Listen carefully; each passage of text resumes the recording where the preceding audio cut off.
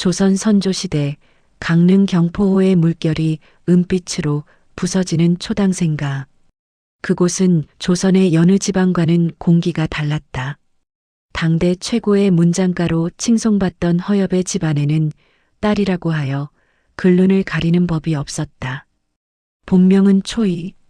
그녀의 위로는 오빠 허봉이, 아래로는 훗날 홍길동전을 쓸 천재 동생 허균이 있었다.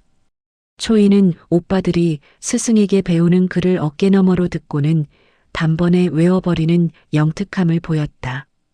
허엽은 딸의 재능에 감탄하면서도 때때로 깊은 한숨을 내쉬었다. 초이야, 내 재능은 이 조선이라는 그릇에 담기에는 너무나 크고 맑구나. 그것이 행여 독이 되지 않을까 두렵다. 8살 되던 해 초이는 신선들이 머무는 옥황상제의 궁궐을 상상하며 광안전 백옥루 상량문을 지었다. 붓끝에서 피어난 문장들은 마치 구름을 타고 하늘을 나는 듯 신비로웠다. 강릉의 명문가 허씨 집안의 천재 소녀 이야기는 그렇게 전설처럼 시작되었다. 이 가시도친 혼례길. 15세 초이는 안동 김씨 가문의 김성립과 혼례를 올렸다.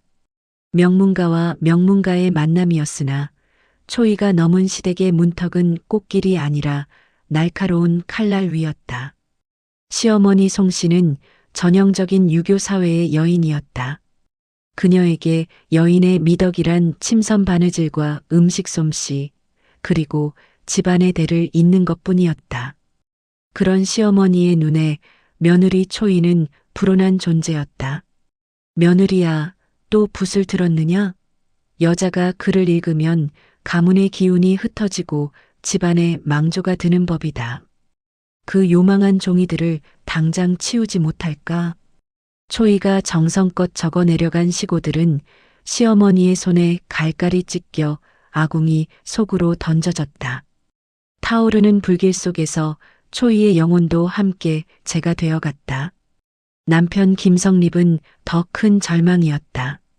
그는 아내의 천재성을 감당할 그릇이 못 되었다. 과거 시험을 보러 한양으로 떠난 남편은 번번이 낙방했고 아내가 자신보다 더 뛰어난 글을 쓴다는 사실에 자격지심을 느꼈다. 그는 아내의 곁을 지키는 대신 기생집을 전전하며 겉돌았다. 밤마다 홀로 등잔불을 켜고 앉아 초이는 남편의 빈자리를 시로 채웠다. 남의 집 여인의 혼례복을 짓건만 정작 자신은 해마다 홀로 자는구나. 빈여움 중 3. 무덤 앞에 선 어머니. 삶의 유일한 빛은 아이들이었다. 첫째 딸과 둘째 아들 희운. 아이들의 웃음소리가 들릴 때만 초이는 자신이 살아있음을 느꼈다. 그러나 하늘은 그 소박한 행복마저 허락하지 않았다. 돌림병이 마을을 덮쳤다. 딸아이의 손이 차갑게 식어갔고 며칠 뒤 아들 희운마저 뜨거운 열에 신음하다 어머니의 품에서 숨을 거두었다. 초이는 아이들의 작은 시신을 끌어안고 통곡조차 하지 못했다. 너무나 큰 슬픔은 목소리를 앗아갔다. 강릉 광릉 땅, 나란히 세워진 2개의 작은 무덤 앞에 초이는 주저앉았다.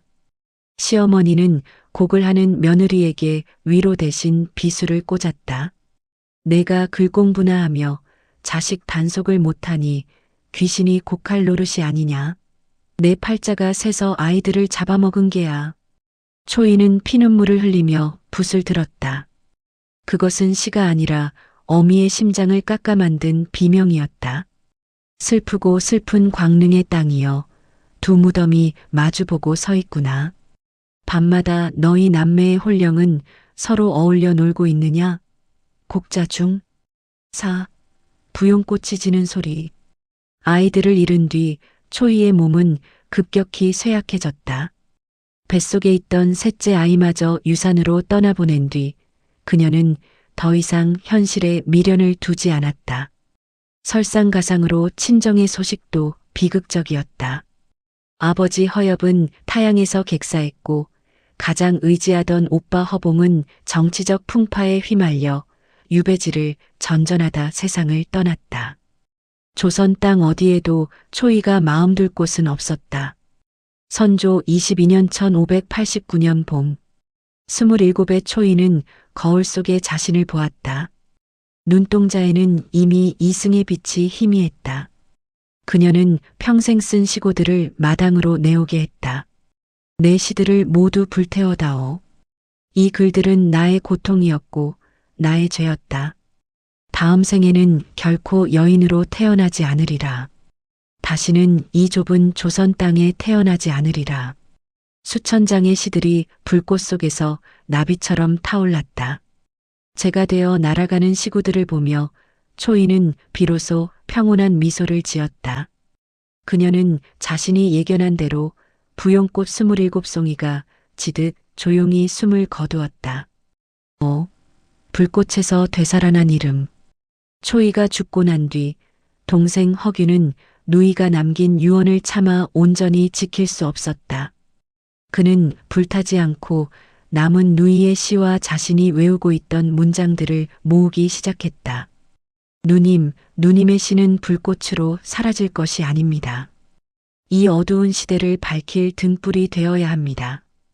허균은 명나라 사신 주지번에게 누이의 시집을 전했다. 조선의 규방에서 천대받던 글들은 바다를 건너 중국 대륙을 뒤흔들었다. 명나라 문인들은 하늘에서 내려온 선녀의 글이라며 찬탄을 금치 못했고 난설언집은 중국과 일본에서 베스트셀러가 되었다. 조선이 벌인 천재, 허난설언. 그녀는 비록 27의 짧은 생을 마쳤으나 그녀의 문장은 400년의 세월을 뛰어넘어 우리 곁에 살아남았다. 그녀가 그토록 벗어나고 싶어 했던 현실은 사라졌지만 그녀가 꿈꾸었던 신선의 세계는 영원히 지지 않는 꽃으로 피어났다.